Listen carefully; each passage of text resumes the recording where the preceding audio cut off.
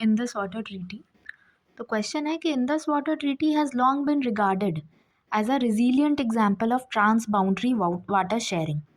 However, India's recent decision to place the treaty in abeyance has brought its future into question. Examine the factors that have led India to take this step.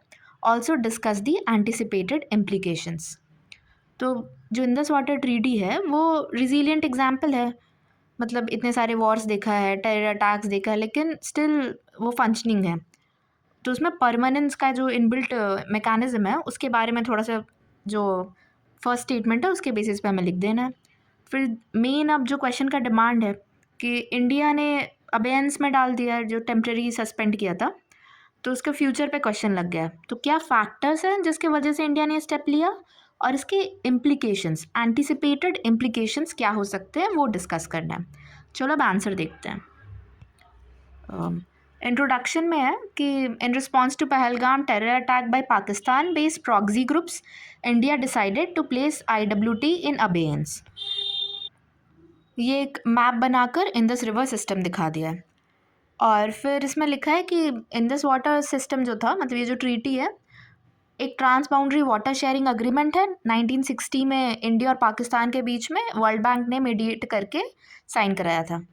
अब इसका जो resilience है ना, it's resilience roots from the inbuilt nature of permanence via graded dispute redressal mechanism. तो हमने एक बार इसका ग्रेडेड डिस्प्यूट रिड्रेसल मैकेनिज्म को पिक्टोरियल वे में दिखा दे रहे हैं कि पहले डिस्प्यूट आता है तो फिर वो PIC के पास जाता है, परमानेंट इंडस काउंसिल। उसके बाद अगर वो रिजॉल्व हो जाता है तो फिर एंड, इन केस नहीं होता है तो सेकेंड स्टेप पे वो न्यूट्रल एक्सपर्ट के पास जाता है और पाकिस्तान पे इल्ज़ाम लगाया जाता है कि इधर ही वो आर्टिकल 9 का मिसयूज़ करके लिटिजियस वॉरफेयर, वो लॉफेयर जो अपना है उसको चलाता है, वेपनाइजिंग लॉ। फिर अगर रिजॉल्व हो गया तो ठीक है, एंड नहीं हुआ तो फिर ये फाइनल स्टेप है, कोर्ट ऑफ आर्बिट्रेशन के पास जाता है जब फाइनल डिसीजन होता है। अब हम देखते हैं कि factors leading to India's IWT abeyance. पहला है क्रॉस बॉर्डर टेररिज्म, ये जो इमीडिएट कॉज है वो क्रॉस बॉर्डर टेररिज्म है। सेकेंड है पाकिस्तान का लॉफेयर स्ट्रैटेजी, वही कि वो आर्टिकल 9 का मिसयूज़ कर रहा है। थर्ड है ट्रीटी को ना रिव्यू के लिए डिमांड हम 2022 से ही कर रहे हैं क्योंकि अब फंडामेंटल चेंजेस आ गए हैं। अब वो डेमोग्राफी हो, वाटर गवर्नेंस पैराडिग्म हो, या फिर ग्राउंड वाटर का लेवल जो है, या फिर क्लाइमेट चेंज, तो इसलिए इस ट्रीटी के रिव्यू का डिमांड पहले से ही चल रहा है। फिर underutilisation of India's rights. Indus basin का परसेंटेज इंडिया के पास 39% है और पाकिस्तान के पास 47% है, बाकी ये अफगानिस्तान ये सब के पास होगा। बट जो एलोकेशन है वो इंडिया के पास सिर्फ 20% है और पाकिस्तान का 80% है। इंडस बेसिन में पाँचों रिवर जो है ना वो सब आ जा रहे हैं। ओके, ये देख लिया हमने। अब स्ट्रैटेजिक सिग्नल देखते हैं, ये भी एक पॉइंट है कि न्यू नॉर्मल की ओर ये इशारा कर रहा है, it's a signal towards the new normal. हमारे PM का कोट है कि trade and terror and blood and water can't flow together. ठीक है, अब हम 5 पॉइंट्स देख लिए फैक्टर्स पे। एंटिसिपेटेड इम्प्लीकेशंस देखते हैं। तो फर्स्ट है कि क्रिटिक्स ने आर्ग्यू करा है जो यूनिलैटरल सस्पेंशन है ये ना इंडिया की क्रेडिबिलिटी एक मेजर ग्लोबल प्लेयर के तौर पे उसे हर्ट कर सकता है।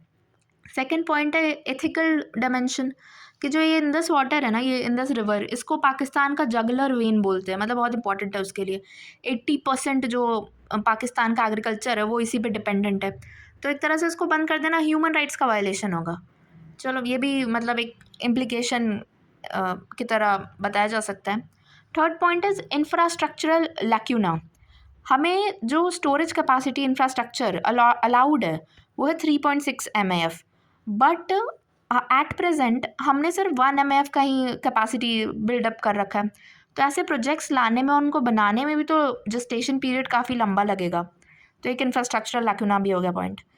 फिर फोर्थ है कि ऑपरेशनल एंड इन्वामेंटल रिस्क्स, जैसे पंजाब का ग्राउंड वाटर डिप्लेशन इशू है एक, तो इन्वामेंटल रिस्क्स भी इसके बहुत हैं। फिर फिफ्थ इज़ BPC एक्सेस, ये बांग्लादेश, पाकिस्तान और चाइना का एक्सेस बन रहा है। पाकिस्तान ने क्या करा है, उसने डिसइंफॉर्मेशन कैंपेन चलाया है कि बांग्लादेश चाइना के एक अपर रिपेरियन स्टेट है ब्रह्मपुत्रा के रिस्पेक्ट में, तो एक मैन्युफैक्चर्ड थ्रेट की तरह उसको प्रेजेंट कर रहे हैं। तो इसके कारण ये तीनों कंट्री साथ आ रहे हैं। तो एक पहले तो साइनो पाकिस्तान एक्सेस हमारे लिए प्रॉब्लम का था, अब बांग्लादेश भी उसमें एंटर कर गया, तो बांग्लादेश पाकिस्तान चाइना एक्सेस भी प्रॉब्लम का कारण बन सकता है। ठीक है, तो हमने देख लिया 5 एंटिसिपेटेड इम्प्लीकेशंस। अब हम देखते हैं इसका कंक्लूजन। तो एक कोलंबिया रिवर अग्रीमेंट है, ये ना 1961 में हुआ था इंडस वाटर ट्रीटी के बाद यूएस और कनाडा के बीच में।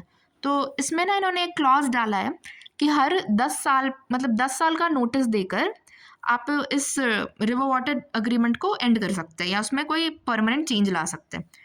या फिर जो दूसरा है मेकॉन्ग रिवर कमीशन का मॉडल, इसमें क्या है ना, ये जो साउथ एशियन अपने कंट्रीज़ हैं कि मल्टीलैटरल फ्रेमवर्क से हेल्प लेकर हम कॉन्फ्लिक्ट्स रिजॉल्व करें, ट्रांसपेरेंसी और डेटा शेयरिंग यूज़ करें। तो ऐसे ही ये दोनों के बेसिस पे मॉडल करके इंडस वाटर ट्रीटी को भी रीनेगोशिएट करने की ज़रूरत है टू इंश्योर हाइड्रो डिप्लोमेसी।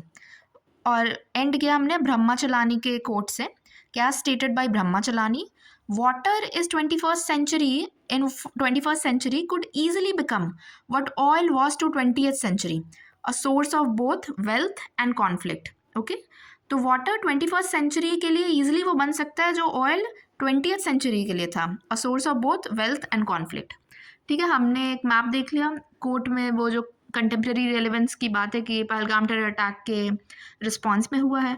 फिर हमने ट्रीटी के बारे में थोड़ा देख लिया, उसका रिजिलियंट स्ट्रक्चर जो उसके ग्रेडेड डिस्प्यूट रिड्रेसल मैकेनिज्म से आता है उसको पिक्टोरियल वे में रिप्रेजेंट कर दिया।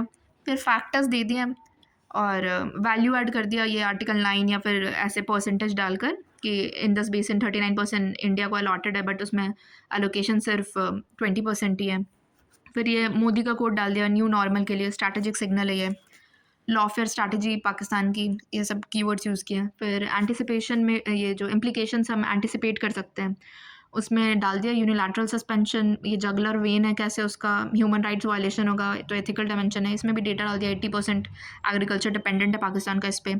फिर स्टोरेज कैपेसिटी का डेटा डाल दिया 1 MAF हमने बना रखा है, 3.6 MAF अलाउड है। फिर BPC एक्सेस और ग्राउंड वाटर इन्वायरमेंट वाला इशू भी, और ये मैन्युफैक्चर्ड थ्रेट जो डिसइंफॉर्मेशन कैंपेन से चल रहा है उसके बारे में भी लिख दिया। And then we ended it with global best practices, Columbia river agreement, Mekong river commission model और ब्रह्माचलानी का कोड कि हाइड्रो डिप्लोमेसी इंश्योर करना ज़रूरी कितना है। Okay okay.